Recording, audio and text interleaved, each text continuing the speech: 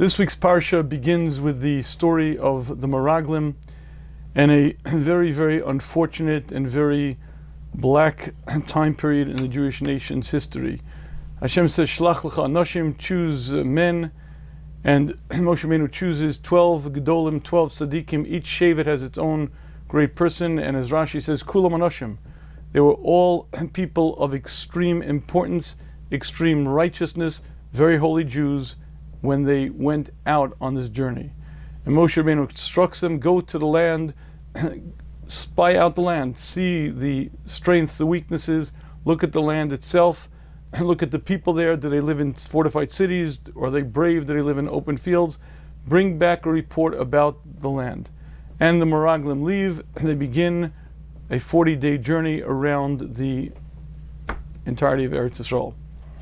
But from the moment they enter, it doesn't bode well. They see unusual things.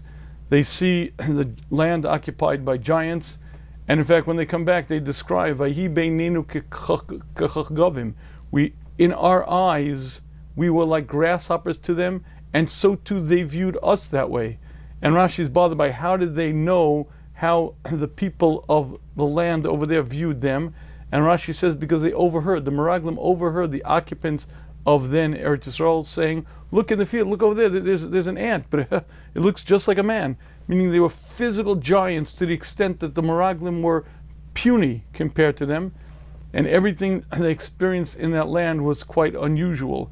When the Meraglim brought back a eshkol, if you go to Israel today, there's a place called Nachal Eshkol because the Meraglim brought back a cluster of grapes. But explains the pasuk Vayiseo b'mot b'shnayim. There were two poles. Rashi explains 4 men on each side. This cluster of grapes was so huge. I'd imagine each one maybe the size of a watermelon. That it took 2 poles, 4 men on each side, one cluster of grape. It took 8 men to carry. The people of the land were giants. The fruit were giants. And when the Meraglim came back, they came back with a very, very negative report. And what they were saying was, yes, we came to the land, yes, it was Avatz Chalav V'Davash, Ephes. However, the people of the land are very, very powerful. They're living in fortified cities. We will be destroyed, we'll be annihilated. And what they were saying to the Jewish nation was, we will not win, we will not enter, we will be killed out, man, woman, child. Kalev stands up and says, it's not true. If Hashem wants, Hashem will bring us in easily. And the men there, the Meraglim, said these words, Lo nucha la'alos al'am. We cannot go up there. Ki chazak hu mimenu. They are stronger. Mimenu simply reads from us. But Rashi says that's not what they were saying. Rashi says, Ki chazak hu mimenu. They are stronger than God. We cannot win the war. They're powerful. They're mighty. They're huge. They're more powerful than God. We're going to be destroyed. We're going to be killed. Let's turn around. And in that point, the Jewish nation said, let's nashav arosh, let's point someone else, let's turn back to Mitzrayim. And in fact, that began the terrible fate of the Meraglim. They died a terrible death. For the next 40 years, the Jews had to stay in the Midbar, all of them to die in the Midbar, and only the next generation could go into Eretz Yisrael. And while everything about the story is eye-opening and potentially an important lesson, there's one point that I believe really begs understanding. And that is, these were very, very intelligent people. These were the cream of the crop, the greatest of the Klal Yisrael. These 12 Meraglim were the elite. And as a matter of fact, if you'd like to know how holy they were, the Ramban explains when they're mentioned by name, they're mentioned in order of their greatness. Number 3 is Kalev ben Yefuna. Number 5 is Yeshua ben Nun. Meaning the great Yeshua, who followed Moshe Rabbeinu as the next leader of the Klal Yisrael, who actually brought the Klal Yisrael into our land. He was number 5 in greatness of this group. That means there were 4 men greater than he in that group, and all of them were in the league of Kalev and Yeshua. And here's the question. How could they say something so foolish? Okay, you come into the land, you see giants. I get it, you're scared, you're afraid. And you could even say, I'm scared to fight them. But how could you say the words, Chazak hu mimenu, they are more powerful than God? And let me explain to you very simply what I mean. There are 2 areas where we have difficulty in Emunah. The first problem is that I don't believe Hashem is here. Meaning, I'm walking down a street and someone approaches me and hold out a gun. I am in big trouble here. Why? Because I'm alone. I'm on the street, it's dark, it's lonely, no one's here, and I'm alone. And the problem that I face with emunah, with bitachon, is Hashem isn't here. And that certainly makes sense. And it's certainly something we have to work on and become cognizant of and work and spend a lifetime understanding, but that certainly makes sense. There's another difficulty we have with emunah, with bitachon, and that is, granted Hashem's here. But who says Hashem is going to save me? Who says I'm worthy? Who says Hashem is going to intervene? Yes, I know Hashem runs the world. And yes, I know Hashem is present right here, but who says that Hashem is going to help me? Those two mistakes, which are really the bulk of our problem, make sense. I understand it. I relate to this world with my physical senses, my eyes, my nose, my hearing. My five senses deny Hashem's presence, so it takes an awful lot of work to recognize that Hashem is present. That makes sense. There's also many questions of who says I am worthy. That God, the creator of the heavens and the earth, is going to intercede, is going to take care of my needs, to look at my needs and orchestrate things, is certainly something that really begs understanding, and I can understand how a person could ask that. But that's not what the Meraglim was saying. The Meraglim was saying, we get it that Hashem is here. We get it that Hashem does nisim, miracles every day, all the time. But the problem is he's not strong enough. Hashem can't win against these Meraglim. Now that sounds utterly ridiculous. And this is the generation that lived through the entire Yetzias Mitzrayim. That means they lived through 10 months, 11 months, 12 months of Hashem demonstrating His control of every facet of creation, Dam Sardei Kinim. They lived through Kriyas Yam Suf, an entire Yam, splitting into 12 separate sections. Each channel, from floor being smooth all the way up hundreds of feet, walls of ocean. If God is powerful enough to do that, isn't God powerful enough to beat a couple of giants? It sounds very difficult to understand. It sounds very, very, very, very hard and perplexing. And the question is, what was pshat over there, and how could we understand what Rashi is telling us? And to do that, I'd like to begin a little focus on what we know as emunah, and what we know as bitachon in general. Now, let me start with a question. The question is, are you a mamin? Are you a believer? Do you believe? Now, what that means in very simple language is, do you believe that Hashem created, maintains, and orchestrates every facet of creation? Do you believe that Hashem fills every particle of physicality? That Hashem is right here at every moment? And do you believe that Hashem records every action of your life?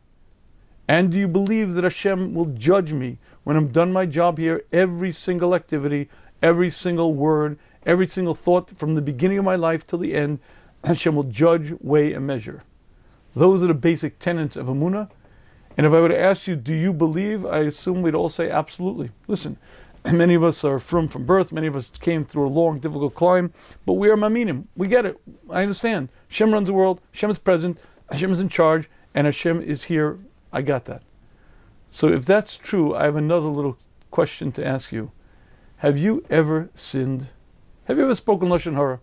Have you ever did something that wasn't absolutely, completely right? Here's another little question. Have you ever been scared? If Hashem is here, how's it possible to be scared? Better yet, have you ever fainted during davening? If Hashem is here and I'm speaking to God, the creator of the heavens and the earth, how is it possible that I don't pass out? And I have another little question. How is it possible that I am not an utter tzaddik and doing everything absolutely correctly all the time? If I get it, Hashem is here, Hashem is watching me, and every action is going to change me for eternity. I'm going to be ever great, shining like the sun in midday, or diminutive and puny, but every single action Hashem is watching, and it shapes me, it molds me. How is it possible that every one of us are not total tzaddikim? And the answer to this is predicated on understanding the human and understanding how Hashem gave us this thing called free will. And we spent a good amount of time in past Shmuzim describing that the human being, that means the I who's speaking to you, are made up of two competing parts. There's a nefesh hasichli, a nefesh habahami. Nefesh hasichli is the intelligent part. It's the part of the neshama that speaks. It's my intelligent part that only wants to do what's right, what's good, what's proper. The nefesh habahami has all of the animal drives, all of the instincts. If you go into the wild kingdom, you'll find every animal has a nefesh, the tiger, the baboon, the cougar. They have all the instincts, all the inclinations, all the proclivities needed to keep them alive as well as bring the next species. There's a nefesh, there's a live, vibrant part to the baboon. That nefesh is what guides it, what keeps it going, what tells it what to do, when, and how. Within the human, these two parts are competing. And there's a part of me that's brilliant, insightful, and understanding, and that part only wants to do what's right, good, and proper. My nefesh sichli means a part of the neshama that really sort of comes to the surface. And that part is programmed for greatness. It came from under Hashem's throne of glory and only wants to do what's good, right, and proper. But that part is mixed in with a nefesh habahami, an animal soul, and the animal soul in man is absolutely, completely comprised of drives, desires. There's no wisdom, no forethought, no seeing the future. All it is are hungries, desires, appetites, instincts. All it is the driving part of the human. And the I whom speaking to you are made up of both parts, but here's the very, very tricky part of it. The two are ever competing, the two are ever in balance, with one or the other gaining primacy. And if you like to understand the conscious I whom speaking to you, all you have to understand is I'm sort of half seichel, half nefesh bahami, but both of them are covering my eyesight. And if you think of it this way, if you imagine a lens, imagine that the nefesh sichli is clear. It sees with absolute clarity. But the nefesh bahami is a muddy brown lens. And depending on how strong the nefesh bahami is, it will determine how clear my vision is. So imagine I'm an average person, and I'll be 20% nefesh sichli, 80% nefesh bahami. So I see in a very muddy sort of way. I mean, the nefesh bahami itself is 100% brown, but it's not fully occluding my vision. It's only 80%, because I have 20% nefesh sichli. So I see things in very unclear terms, and very muddy, and very sort of confused. And while it's not my vision that's blocked, it's my understanding, my perception, and that's exactly how it is that I stand davening right in front of Hashem and I space out. That's how it is that I could say the words. The value of every word of Torah is incalculable, and then I could do whatever instead of learning. How is it possible I speak Lashon Hara? Because my mind's eye doesn't see with clarity. I'm 80% occluded. That muddy sort of vision, the nefesh bahami, which is that brown, is 80% covering my vision, and therefore I don't value things, I don't see things properly, my mind is blocked. As a person grows, the balance changes, and he might go from 80-20 to maybe 70-30, to maybe 60-40. And as the nefesh sichli, as the neshama becomes more potent, more powerful, the nefesh bahami has less potency in blocking the vision, and instead of being 80% blocked, he might be 70%, 60%, he might be 50-50, and as a person grows, his vision becomes more clear, his perception becomes more acute, he understands things with much greater clarity. And if you imagine a tzaddik, imagine you have a great person, Chafetz Chaim, Rav Moshe Feinstein, they might have a 20-80, meaning they see things so clearly, and nefesh bahami is only 20% blocking their vision. So they see Hashem, feel Hashem totally right there. They recognize the incredible value of mitzvahs. And they recognize that I'm going to die. My body's going to be put in the ground, but I will live for eternity. But they see that, not the way I see it, blocked and sort of 80% blocked, quite the opposite. And they see it clearly. Only 20% blockage, very, very light sort of tan sort of color blocking. They don't have to see 100% acuity, but they see it very, very clearly, and therefore they're a very different person. If you'd like to understand this, I'll give you a mashal to make it clear. When my kids were little, Sunday was Abba's day. I would take the kids out each Sunday to different places.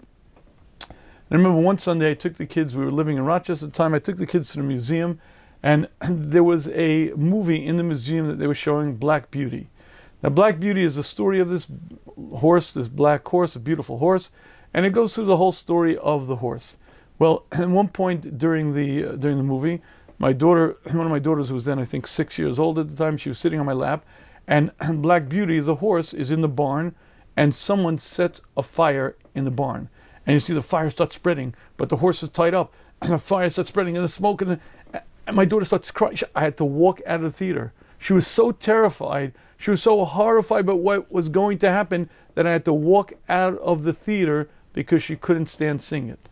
Now, if you would have asked her, was that real? Was it really a horse? Was he really going to be burnt? The answer is, of course not. It's a movie. So why were you so scared? Why were the tears coming out of your eyes? The answer is, to a child, imagination and reality are very, very flexible. And to a child, the movie looks so real that even though on some level they know it's not, but it sure does feel real. As an adult watching it, I could be emotional, I could feel it, but I know with absolute understanding that it's not real, it's just light, it's just a movie, it's a fake. And that's the difference between us and a tzaddik. We are much like the child. We're in the movie of life and we see things and it looks so real and it looks so powerful and so scary that it's hard to remember that God's really here. It's hard to remember that Hashem really runs the world. If a person grows and becomes greater and greater and becomes eventually like a tzaddik, at that level he's like the adult in the movie theater. Yes, there are things that are scary, but he understands. I'm aware that this is a dangerous situation. I'm aware that the doctor says to me the results are bad. But I also see with 80% clarity that Hashem runs the world. I understand this is just, I feel things, and I understand it's just smoke and mirrors. I'm not terrified. And the difference between us and the tzaddik is we're like that child where the movie is so real, so scary, and we become overcome by emotion because we're 80% living it, 80% occluded, blocked by Nefesh Mahami. And person as he grows becomes clearer and clearer. A tzaddik is at the level where he's like that adult who can see the movie, be moved by it, and be involved in it, but know that it's completely a bluff, it's completely not true. And this is a very important understanding to recognize why it is that we can intellectually know things, really know them, say them, speak them, write books about them, spend years learning Musar. And I can tell you this from my own personal existence. I spent now 35, 40 years learning these ideas and working on them, learning Chavos Avos, Shar Bitachon. I've learned it, I've said it, I've given countless numbers of shiurim on it, and yet I'm still in that sort of like, yeah, no, who knows? Because again, we're in that sort of 80% occluded. The Nefesh Bahami is 80% covering, and it's very, very difficult to really feel it. And if you'd like to understand life, life is much like that movie. We are thrust into life, and any nisayon that you will be put against is like something playing on that big screen. It's an illusion, it's a bluff. Hashem is there every moment, keeping you in existence, keeping that mugger in existence, keeping every particle of physicality in existence. No human being can harm you, no human being can help you. Hashem is guiding every minute, but that's not what it looks like. Because I'm like that child in the movie theater and it looks so scary. And I just lost my job. I'm in trouble. I cannot pay my mortgage. I'm going to be bankrupt. I feel it because I'm like that child in the theater. It looks so real. It's so vivid. It's so scary. And that's why every nisayon is so difficult. You see, for me to watch your nisayon is very easy because I'm not watching that movie. I'm looking like the adult because I'm not involved in it. And if I'm looking from the outside, it's very easy for me to tell you, Habitachon, don't worry about it. I know it looks bad, but Hashem will help, don't worry about it. But the minute it's me involved, I'm in that theater, I'm 80% blocked. Intellectually, I understand it, but emotionally, I'm caught up in things, and that is the test of bitachon. The test of bitachon is not when you're in the base medrash. The test of bitachon is not when you're talking to your friends about how good Hashem is. The test of bitachon is when you lost that major client, and you know that your entire business is now in jeopardy. It's when the doctor says, I have some really bad news. It's when your wife tells you your kid is really doing bad. Those are the real tests. Why? Because then it's real, then it's me. I'm in the nisayon of life, and I'm in the movie theater, but like the child, it looks so real, so vivid, and it's hard to remember that Hashem is really here. I see it only 20% because I'm blocked, and that is the understanding that you have to take into every nisayon. And that's why it's so difficult, even though intellectually we know things, emotionally it's so difficult to understand them. And that is the answer for how it is we can know that Hashem is present, yet we can speak Lashon Hara. We can know Hashem's presence and space out during davening. We can know the value of mitzvahs and still whatever. Because again, we're like that child was so caught up in the movie. It looks so real that it's hard to remember that which we intellectually know. However, the human being is far more complex than that. And I'd like to explain to you what I mean. Recently, I had a mother who called me up about her son, a really good bacher in yeshiva, very fine fella. He's a matzmid, davens beautifully, fine midas, and suddenly he crashes, totally depressed, not coming to shir, nothing. Mother calls me up, to see if I could help. I speak to the young man, and I discover the problem. And what is the problem? The problem is he has a certain problem with issues that most of the human race has trouble with, males especially younger males, certainly yeshiva bachrim. And he got involved in doing things that he shouldn't have been doing, and he crashes. But I want you to understand why he crashes. He starts doing things he knows he shouldn't be doing, looking at things he shouldn't be looking, thinking things he shouldn't be thinking, and he's doing something wrong. Here's the question. Why does that crush him? Let's be frank. It's a sin. He's not allowed. I get it. But we all sin. I'm embarrassed to say it. Maybe I should be more embarrassed. But when I clap Al Chetz on Yom Kippur, I, like the rest of the Jewish nation, have a lot to answer for. I am not a tzaddik.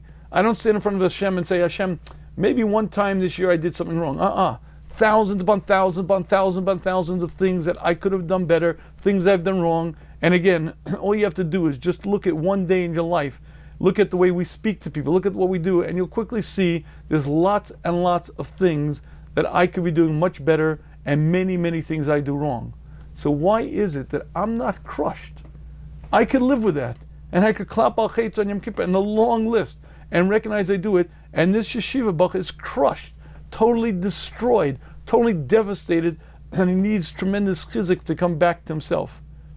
Would you like to understand why that is? Because there's another component to the nefesh habahami that also factors in. You see, in the nefesh habahami, in the animal soul of man, there are also different components. There's anger, there's jealousy, there's arrogance, there's hunger, there's laziness, there's desires. And those midos, those different traits, sort of flare up at different times to different extents. And when they flare up, suddenly they also cover my vision. We dealt with, a few weeks ago, anger. So let's assume I have a problem with anger. I get angry, furious, I'm furious. When I'm angry, I'm no longer viewing things the same way that I was before. I now think differently.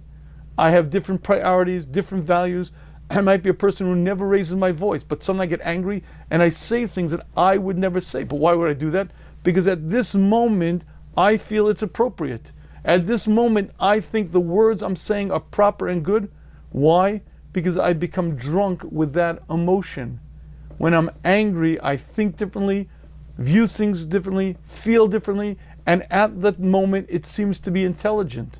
And the proof in the pudding is the next day, when I review what I said, what I did, and how I said it, I look at myself and say, what was my problem? What was I thinking? How could I speak that way? How could I talk? How could I say those words? And if you don't think I'm right, then you're probably not married. But if you're married, you'll know that it's very, very true. And that simple reality is, at the moment that I'm angry, I think differently, feel differently, view things differently, and it's like I'm drunk with that emotion until the next day, until I come down, and suddenly I'm back to normal. I review what I did, what I said with utter shock. How could I have done it? And the answer is I was drunk with that emotion. If you like to understand the human, you see those different traits, and it's a full list: anger, jealousy, arrogance, laziness, desire. All of them flare up at different times, and all of them are like another filter in front of my mind's eye. So let's imagine that anger is red, and jealousy is green, and let's say laziness is brown. Now that midah may be stronger or weaker. So let's assume anger. If it's a 50-50, let's have a reasonably good temper. So then it's a 50% red. I mean, it's not quite clear, not quite deep red, it's sort of a pink. And when that filter comes in front of my eyes, suddenly I see the world differently. Now I'm still in my right mind. I'm still cognizant, but I look at the world through the pink eyes of 50-50. And the proof in the pudding is, watch someone who has a real temper when he confronts something that he realizes is really not in his best interest. I get out of the car, somebody cut me off in traffic, I get out of the car, stand there, and suddenly a 6'4" hulking guy who looks like a middle linebacker comes out of the car. Sir, I apologize. I hope I didn't offend you in it. How did I suddenly become apologetic? I thought I was looking at things differently. I thought I was viewing the world differently. The answer is I was 50% blocked with that red vision, but I was still there. And I was still aware. And when I see the size of that guy, suddenly I become very meek, very timid, very apologetic, because it's not complete. But the midah changes. The more you work on the midah, it might go from 50%, it might become 40%, 30%, and if you get really good at it, it becomes 20%. So then when the anger flares up, instead of 50% coverage, instead of seeing the world in a dark pink, it's a very faint light pink. So yes, I'm angry, but my anger is much less potent, much less powerful, and the more you work on it, the weaker it becomes. The opposite, the more you give into it, the stronger it becomes. It becomes 75%, become 80%. So I want you to imagine the following. Imagine we have a great tzaddik, and he's at the level of 80% nefesh hasichli. He sees things with total clarity, but he has only 20% nefesh bahami, so his normal vision is acute. He sees brilliantly. He understands the consequences. He gets it, but he has a flaw. He has a very fierce temper. And imagine his temper is an 80. And when he gets angry, it's an 80% filter that covers his eyes. So normally his sight is brilliant. And normally he understands that Hashem is present, that he understands the consequences. He understands that every word he'll be held accountable for. But when he gets angry, he's an 80% red filter. At that moment, what he sees is red. And in his mind's eye, what's appropriate, what's proper is to embarrass you, to insult you. And what you're looking at is a person who's becoming drunk with that midah. You see, each of the midos comes in front of the existing two different lenses. You see, I'm nefesh bahami, nefesh sichli, and that's a general balance of where I'm at. Am I 20-20, 50-50, 80-20? There's a general balance, but then each of the individual midos, each of the individual character traits are their own lens, and depending on where that is developed or not, is going to be a lens on top of my lens. So if you had a great tzaddik who was 20% nefesh bahami, he saw very, very clearly. But now that red lens is very, very potent, he's blinded. And each of the midos, depending on how much you've worked on it, will determine how strong it is. If you'd like to understand this yeshiva bach, I think it's very clear. He was a person who was steiging, growing, and he probably is at a different level maybe than you and I. He might have been at a level of 40% nefesh hasikli, only 60% nefesh bahami. And therefore, he understood the value of every word of learning, understood the damage of an avera. But the only problem is, because he's a young fellow, he has a desire at a very, very high level. And imagine that desire is a powerful, powerful filter, and it covers his mind's eye to an 80%. He's blinded.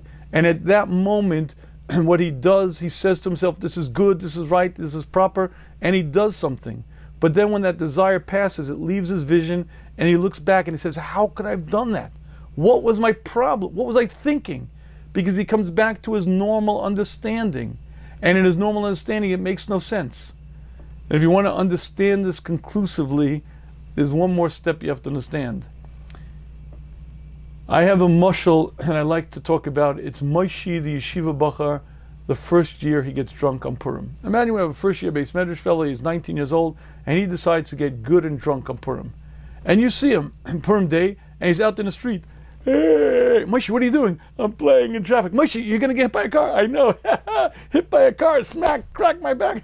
Moshe, you're going to get hit by a car to send you to the hospital. I know. Smack, crack, hit my back to put pins in my spine after I go through a metal detector in the airport. Ding, ding, ding. No, stop. You're having a conversation with a person. He understands the consequences. He says, I get hit by a car, sent to the hospital, put pins in my back. So he's alert, he's functional, yet he's playing in traffic. What are you dealing with?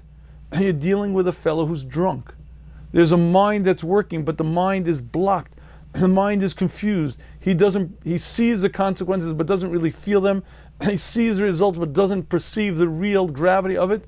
And the proof in the pudding is the next day, when he awakes from his slumber, and you show him a video of him playing, what was I doing? Is that crazy? What's wrong with me? Nothing wrong with you, were drunk. And that's exactly us as human beings. I see things with absolute clarity of vision when it's you. But when it's about me, suddenly my vision is greatly blocked. Number one, the filters of the nefesh, sechli nefesh bahami. How much have I worked on myself? How developed? And let's assume that I'm 80% nefesh bahami. I see things through an 80% brown filter, and my vision is occluded. But then if anything spikes, whether it be jealousy, whether it be anger, whether it be laziness, whether it be desire, now there's a new filter that suddenly covers my vision, but it's on top of my current filter. So I might normally be unable to understand the consequences, but I get angry and suddenly I feel differently. I view the world differently. I look at things differently, and suddenly I am a very different person until the anger passes. But that understanding allows you to understand how it is that we do things that make no sense. That yeshiva bachur, when he would come back to his senses the next day, would look back on what he did and say in his normal now sober mind, how could I have done this? But much like Moshe the yeshiva bachur, the day after he's drunk, is now sober and says, what was I thinking? What was I doing? And this yeshiva bachur, after he came back out of the being blinded by desire, looked back on what he did and said, how could I confront myself? How could I live with myself? How could I have ever done that? He had a level of understanding that we maybe could benefit from, but I believe that this is the answer to the door of the Meraglim. Would you like to know how they could say that they're more powerful than God? They saw Hashem, but they saw these giants as more powerful than God. The answer is fear was their test. They were maybe 90% clear. Because they stood on Har Sinai, and because they heard Hashem say, Anochi Hashem Lekecha, they reached a level of spiritual purity, reached a level of understanding that they saw things with maybe 90% clarity. And the Nefesh Bahami was very, very weak, only 10%. But here was a real test. Here in the movie theater called life, there were giants, big, powerful giants. And if you'd like to understand it, I'll share with you an interesting observation. When the movie picture industry was first starting, no one knew about movie theaters, no one knew about moving pictures, and they started showing some exhibits. And one of the famous first movies was they filmed a train, but the way they filmed it was the train was coming right at the photographer, and it looked like the train was going to hit you. In any case, the people are in the movie theater, and apparently audience after audience, when the train was coming at them, they would get up and run out of the theater because they didn't grow up with movies. They didn't know it was just, they knew, but it's so, get me out of here. And that was the Dor Dea. Yes, they saw Hashem. Yes, they lived with the Mun every day at the doorstep. Yes, they lived with the rock following through the Midbar. They lived in Anonim. They knew that Hashem was there, but this was the movie theater of life. And fear came in front of their mind's eye, and at that moment they were blinded, and they said something so foolish. The giants, the powerful, more powerful than God. But they felt it. They understood the folly. They understood the stupidity of it. But at the same moment, it was real to them. It felt vivid because they were blinded. The fear blinded their mind's eye. Fear covered their vision, covered their mental understanding. And therefore they said something that sounds so ridiculous. But again, that's the simple reality of life. When I'm viewing you, it's very clear. The problem is when it's me, I'm in that movie theater, it's real, and it's very, very scary. And I believe that we can see this on a daily basis all the time. And I'll share with you what I mean. A little while back means before Corona. A little while back, I was driving my wife's car, and I was on the highway, and I was doing whatever the speed was, I guess certainly over 60 miles an hour, and all of a sudden the car just stopped. It comes to a very smooth but quick deceleration. I said, what's going on? And only then did I realize that it had smart brakes. You see, the car is equipped with motion detectors, and it saw what I didn't see, and that was that far down the highway the traffic was stopped, and therefore it braked automatically and brought me to a nice quick deceleration. And I said to myself, wow, that is smart. That is a smart car. And I realized that we've come a long way. It wasn't that long ago that the horse and buggy was the mode of transportation. As a matter of fact, if you look back in 1901, in the United States of America, there were 21 million horses and 4,000 automobiles. Times Square in those days was the center place of buying horse carriages. The blacksmiths were there. That was Times Square, the center of New York City. And in the early 1901, 1905, 1906, that time period, horses were still the method of transportation.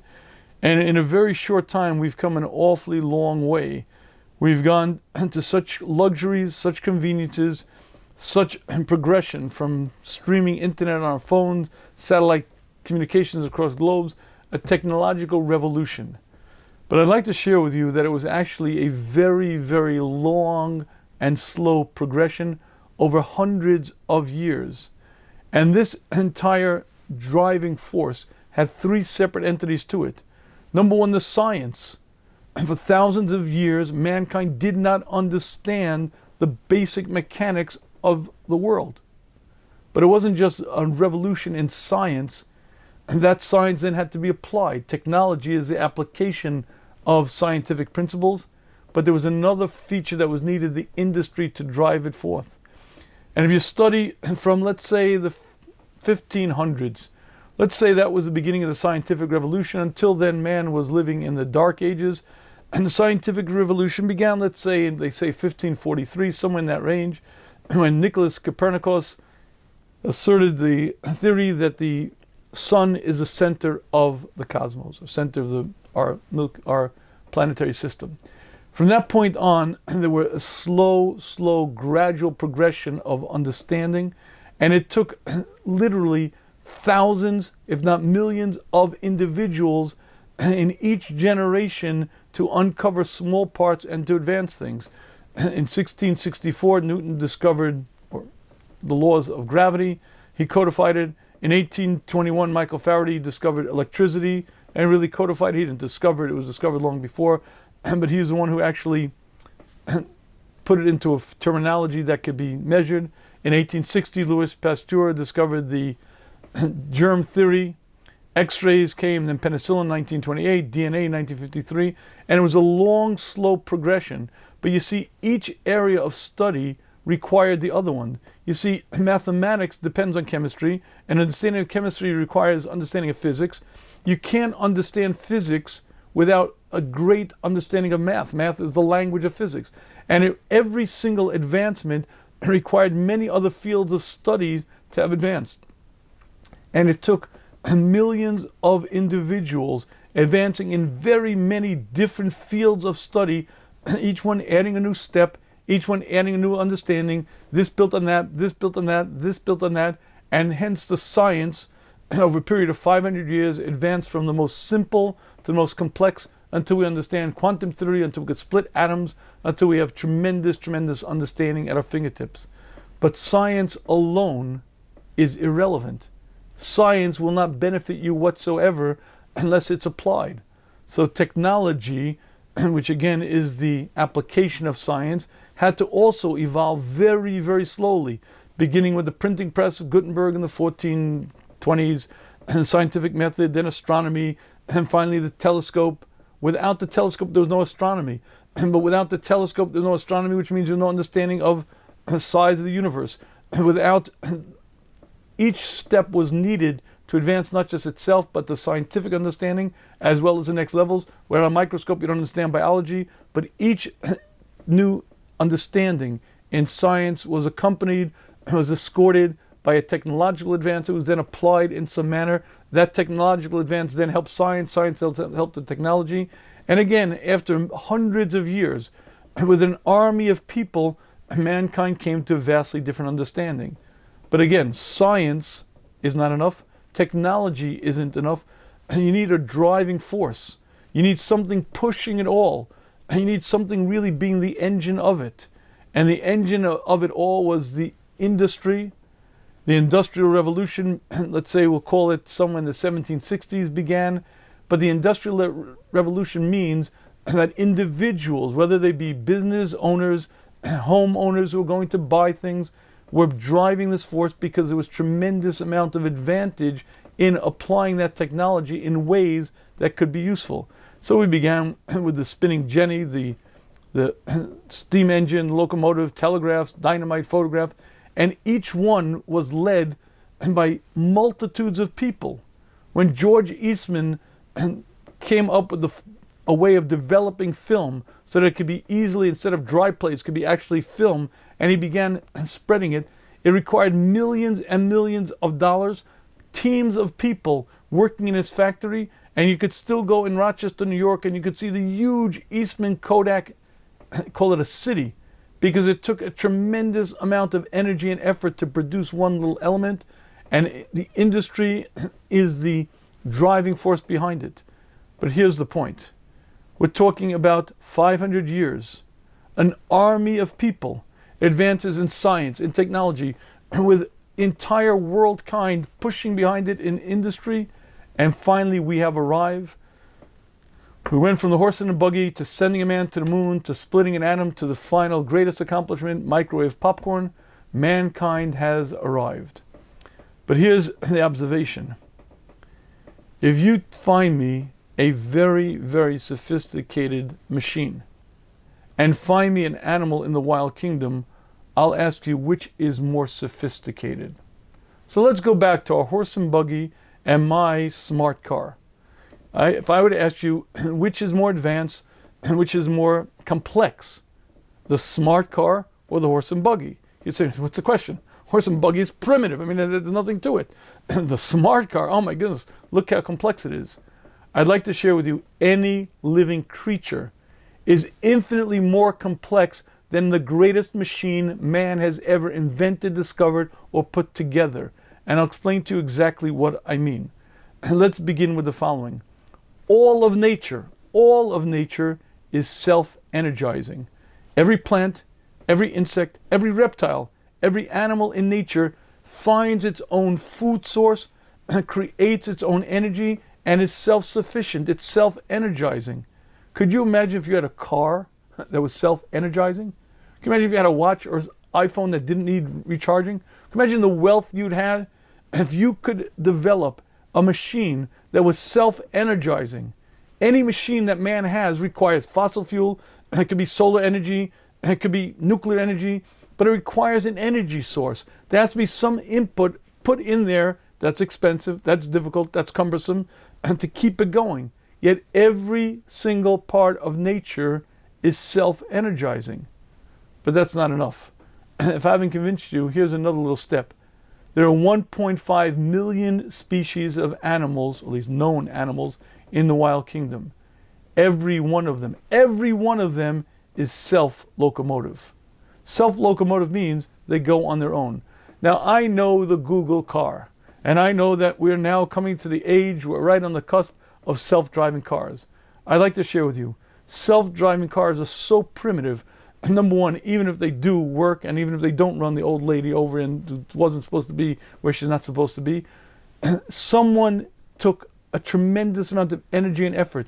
Millions and millions of man years was spent in the coding that goes into writing that computer coding to tell the Google car to go left, to go right, to brake, to go fast, to go slow. But as it moves, it is so primitive. Compare it to a bat. Compare it to a fly. Try catching a fly with your bare hand. It moves this way, that way. And yet, no matter how fast it is, the bat, without eyesight, with echolocation, catches the fly in mid-flight with its two outer teeth, pierces it, and consumes it. Find me a self-driving car that has that level of navigation. But it's every single one of the living creatures, from the dolphin to the giraffe to the ant to the spider. They each are self-locomotive, but with the greatest of instincts, the most uncanny ability to move, to go here, left, and somehow it is, without anybody programming them, without somebody writing the code, somehow they know exactly what to do, when to do, how to go. Find me the most sophisticated self-driving car. It doesn't begin to compare in any shape, form, or fashion to the self-locomotion of anything in the wild kingdom. So number one, all of nature is self-energizing. Nothing of man's creation is self-energizing. Number two, all of the wild kingdom is self-locomotive. Nothing that man ever could create could be self-locomotive. The best of it has to be programmed and trained. And even that is so cumbersome and so clunky that it pales in comparison to anything in the wild kingdom. But let's look at the third distinction. My son decided he wanted a pet. What was the pet? He wanted mice. Okay, so we go to the pet store and we're looking at this mouse, that mouse, that mouse, and suddenly we saw in one of the cages were 3 baby mice. Oh, little tiny, mother had just given birth. That was a little unusual because this pet store only carried male mice. Normally the pet store will either carry only female or only male because mice tend to reproduce. But in any case, somehow a female had gotten in and gave birth, and it was a tiny little babies, and my kids were there. My son said, I want it. So we asked the pet store owner. He said, fine, and he gave us these mice. Turned out there weren't 2, there were actually 3. So we took home these little babies, and we had a cage, and we put them up, and we gave them the water and the food, and we watched them grow. And it was a pleasure to watch. They started growing. We had 3 little mice growing, and then I noticed that one of the 3 mice was growing, but not just growing in size, but was growing wider and wider and wider, and then she gave birth. And suddenly, we had grown mice and many more baby mice. Well, the gestation period of the mouse is 21 days. So it didn't take very long until these little baby mice grew up, became pregnant, and then suddenly we had a new brood, and within a very short time we had 100 mice in a small little cage, and I recognized we had a problem. Here's the observation. All of the wild kingdom are self-reproducing. The giraffe has a baby giraffe. The baboon has a baby baboon. The cougar has a baby cougar. Find me a self-replicating machine that man ever made. Imagine you buy a Tesla and you park it in your driveway. The next day, 2 Teslas. Mazel tov, it gave birth. How about an iPhone? Have you ever had an iPhone give birth? It gave birth to an Android. DNA mistake. It doesn't happen. There's nothing that man ever made that's anywhere near self-replicating. But do you understand the wonder of it?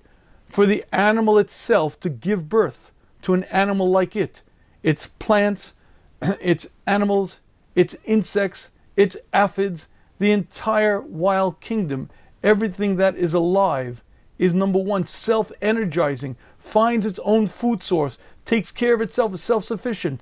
And number 2, all of the wild kingdom are self-locomotive. They move on their own. And number 3, they're self-replicating. They bring up the next generation and find me the most sophisticated machine that man ever made, and it pales in comparison. As a matter of fact, if you ask a biologist, compare the most complex city in mankind's existence to a human body, and he would tell you there's no comparison. Because he would tell you there's no comparison between New York City and one cell in the human body. And what we call nature is so sophisticated, so incredibly complex, and all you have to do is open a biology textbook and see page after page describing the systems and the pulleys and wheels, the various chemical cascades.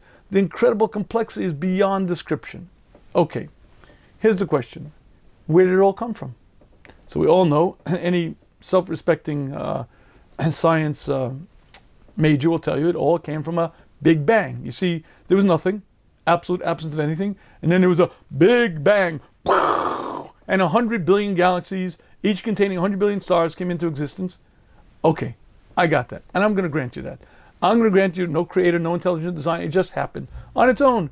Gravity, electricity, magnetism, these things, it all just, okay, I got it. Even though the laws are so complex, even though the laws are so sophisticated, that man is just beginning to get a tip of the iceberg of the complexity of the laws of physics, the laws of chemistry, the laws, okay, but I'll grant you it all just happened.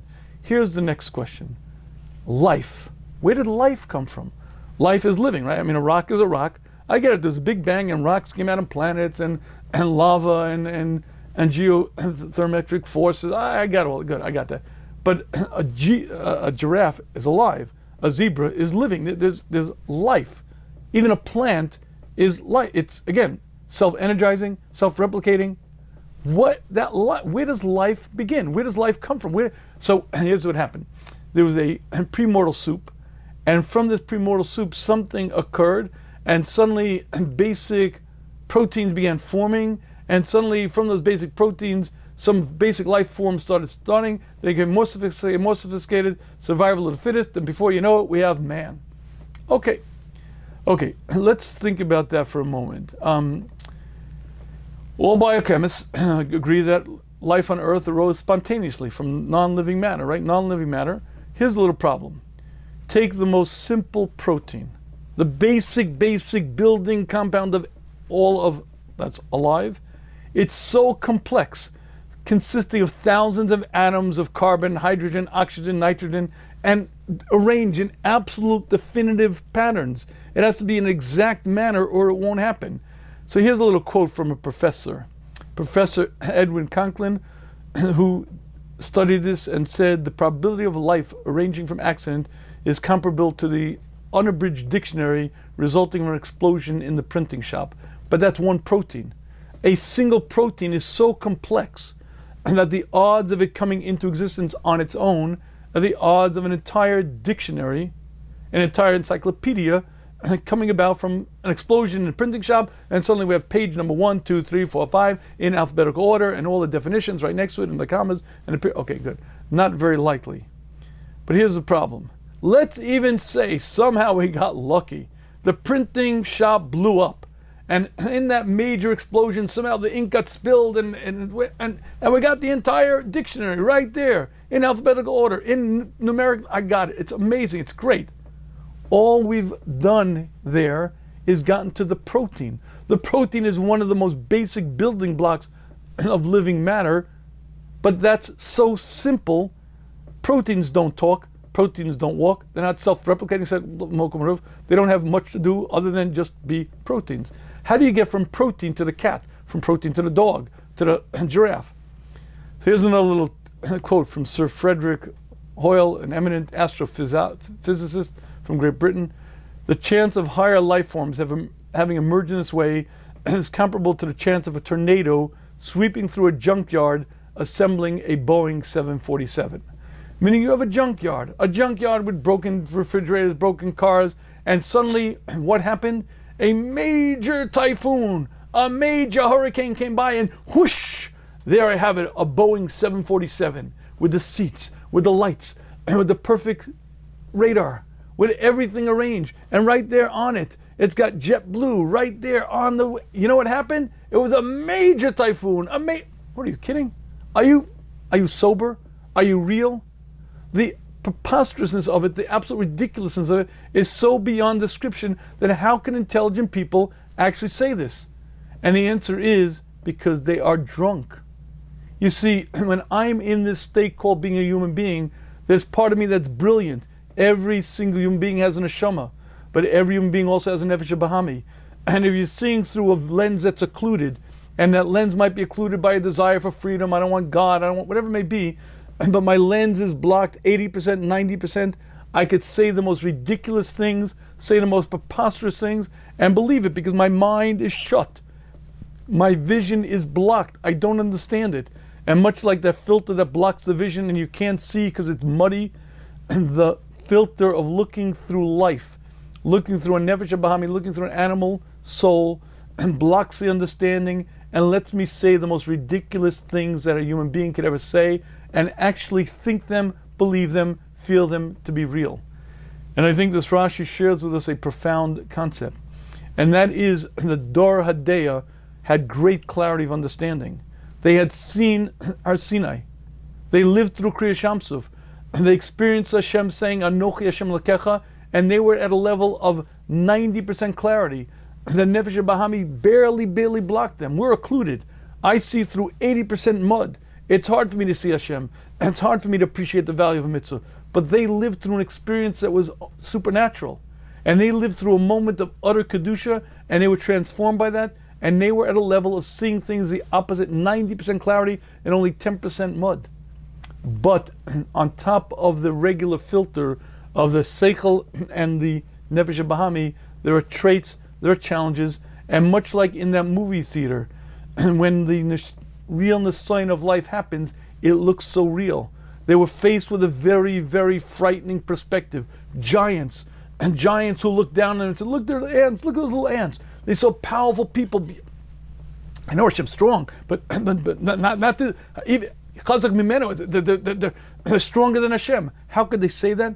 Because suddenly fear came in front of their lens, suddenly their vision was blocked, and they might have normally had only 10% blockage, but suddenly fear came in front of them, and like that child in the movie theater, and when that movie comes on, it looks so real, it's so vivid, it's so scary, and the child may know that it's not real. The child may know Black Beauty is not really burning, but it's so vivid. It seems, I'm scared. Abba, take me out, please. A tzaddik who reaches a great level, he'll be at a different point. As you grow, as you become more and more holy, you see things more clearly, you appreciate things more. Ultimately, our growth is in that area, but you also have to work on each of the individual traits. You have to work on anger, you have to work on jealousy, you have to work on laziness. Why? Because in addition to the regular balance of I, of the 80-20, 30-70, in addition to which each of the traits flares up. And if I reached a great madrigal, let's even say I reached 50-50, maybe the opposite, I became a great tzaddik, I became 80% acuity, but I didn't work on anger, and when that anger comes in front of me, that filter might be 70% anger. And I might see through 70% red, and at that moment I become drunk. I become drunk with anger, and the same I who would never say something, suddenly I look at things differently, feel differently, and I say things I never would say because I'm drunk in that moment. And like that yeshiva bacher, that is life. Like the yeshiva bacher gets drunk on the first Purim, the car's gonna hit me, smack, crack my back, gonna put pins. He understands the consequences, but he doesn't. That's us. We're in this state of semi-consciousness, semi-alertness. Our general madrega is based on the Nefesh Sichli versus Nefesh Bahami, but then when each individual trait comes in front of me, depending on the strength of that filter, it's going to block my vision further. I have to work both on the general balance as well as each midah, and you grow, you accomplish, but throughout our life we'll ever be in that theater, and every challenge, it's an issue of understanding that intellectually I know things, I have to work on feeling them, being marged them, so I actually live that which I understand. Okay, with that being said, I went much longer than I intended to. I apologize. I don't know what happened. I just looked at the clock and realized that I overshot my time. I'm supposed to speak for a short time and take lots of questions. But okay, I'll take questions now. I'll gladly take questions. Please feel free to raise your hand if you like, or I'll take typed questions if people aren't brave enough, but I will take the raised hands first. Avram, we haven't heard from you for a good while, so Avram, you got the floor. Hi. Good evening, Rabbi. Good evening. Hi. Interesting question is, even if you understand that Hashem is there and Hashem is controlling it, I don't know what Hashem's decision is. So meaning, if Hashem's decision is that the guy should, let's say, pull the trigger and shoot me, right? I'm still in pain. I'm still, let's say, fear of death or whatever. I'm scared to know what Hashem's decision is. Right. So how that sort of not. Okay. With the high level, I'm going to be talking about understanding Hashem. How do I understand? Okay. Not having that kind of. It's a fair question, but let's understand the following. Imagine I'm walking down the street, and three guys jump out and hold a gun to my head. Naturally, I'm afraid of them. Oh my God, three guys, a gun, oh, I'm scared. Except one little point. I happen to be accompanied by the entire U.S. Marine Corps. Now, at that moment, I'm not afraid of those three guys. I know that the U.S. Marine Corps is right there, protecting me, guiding me, and there's no difference between their being there and their not being there. At any time, Hashem may be angry at me, Hashem may punish me, I get that, but I know Hashem loves me, Hashem takes care of me, Hashem has a plan for me. So these guys are irrelevant. You're right, they're holding a gun, big deal. Hashem is right here. I mean, if I really got it, I recognize the gun is irrelevant. You're right, Hashem might be angry. You're right, anytime Hashem could be angry, but I know Hashem loves me, Hashem wants my best, Hashem decreed a certain amount of years, and provided I'm doing what I'm supposed to, Hashem will guide me, protect me. So these guys are irrelevant. The fact that I'm afraid now is because they're real. Oh my God, I'm in trouble. I'm in trouble. Hashem, help me. I'm in trouble because they're powerful and Hashem isn't here. They're powerful and Hashem may or may not, I don't know if Hashem is it, but I'm in trouble because I'm alone. Do you understand what I'm saying? Meaning, when I take them seriously, that means that I understand that they run the world. I assume they control my destiny, they can determine my outcome. That is, now it's normal, it's natural, but that's called kfira. meaning intellectually I understand it as heresy, because the basics of our Emunah system is knowing that no human being can help me, no human being can harm me. Hashem is there, guiding me, protecting me all day, every day. You, with your big gun, you're irrelevant. There's only one thing is relevant, and that is Hashem pleased with me, Hashem upset? That's a good question, but you didn't bring anything to the table, you changed nothing, you are not relevant. So again, if I had total acuity, if I were Moshe Rabbeinu, and I saw with 100% clarity, I recognize this guy is irrelevant. Now you're right, we'll never be there. Even a great tzaddik is still somewhat afraid because it's a rough situation. But nevertheless, the more clearly you see Hashem, the more clearly you know Hashem's there, the less you see the danger of man, the more you understand no human being can help me, no human being can harm me. Hashem is right here, and the less you fear. Thank you. Okay. One interesting A follow-up. question. Yeah. Is that how realistic does the lens have to be in order for it to be already considered blocking that vision? How realistic does the lens have to be? I'm not following exactly. Help me understand a little. Meaning, for instance, the case of the Meraglim, were they really extremely tall and they were very short, and it was more realistic? No, the Meraglim were very tall, but these were giants, physical giants. Goliath was 6 amas, like 12 feet, whatever. They were bigger than that. They were huge. They looked at the Meraglim, who were all full-grown people of regular, normal height, maybe more, and they looked at them and said, "Look at the little ants." Meaning these were physical giants. They were Bnei Elokim, who came in the door of flood. They came down. Whatever. Exactly. The point is, it was very, very frightening. So I mean, realistically, they could have been 20 feet higher or something. Yeah, I don't know. Yeah. Realistically, they could have at least drummed something with a lens and then interpreted after that. Right. Thank you. Okay, good. Okay, please, Shabbos, great. Okay, please feel free to raise your hand or type in a question if you like. But I sure prefer raising hands because it saves my voice for a minute. Okay, someone says, anonymous, not even brave enough to use your name. Okay, yes, I agree with everything you said, but don't you have to do your shtadlis? No, to leave everything to Hashem and not to expect open miracles. Okay, so I hope I didn't misguide anyone here. Absolutely you have to do your shtadlis. Please don't, this is not a full spectrum on Emunah and Bitachon. If you'd like a full spectrum, you go to the Shmuz.com. There are 2 series. The Bitachon Workshop, which is 24 Shmuzim on Bitachon. The Emunah in the Workplace, which is 12 Shurim on Emunah actually applied. If you want to know the system, what's my part, what's Hashem's part, how much shtadlis I have to put in, how much Bitachon, where do you find the balance, that is, again, it's detailed, it's very clear. You can go to the either numbers on the Shmuz.com, there are a number of Shmuzim, but specifically the Bitachon Workshop, you look on the major series, Bitachon Workshop and Emunah Workplace, and I go through very clearly laying out the, again, Hashem's role, my role, what's my shtadlis, and I hope I didn't, if you're coming in, if you're new to the Shmuz, you may think that this is just encapsulating all Kol Torah Kula in one little shir. It's not, and I hope I didn't mislead anybody. This is just one element of understanding the Nisayon of life and understanding why the Nisyonos are so real. Why is it that even though I intellectually know something, I'm afraid? Granted, I have to do my shtadlis. Let's say my shtadlis is to fight or to work or whatever it may be, to eat right and exercise, whatever it may be. But why do I feel such fear? If I know that Hashem determines the outcome, and I know I'm just going through the motions, my shtadlis is to use the world in the ways of the world, but I know I don't control the outcome. What I do is what I have to do because Hashem wants me to do it, but Hashem determines exactly what's going to be. If so, why am I so scared? Why am I so afraid? Why do I have that sense of dread and trepidation? The answer is because I'm only seeing things with 20% clarity, mostly blocked, so I'm in that movie theater like the child, and it's so scary, it's so real, I'm afraid. And understanding that allows us to understand how intellectually we can understand things, yet emotionally feel very differently.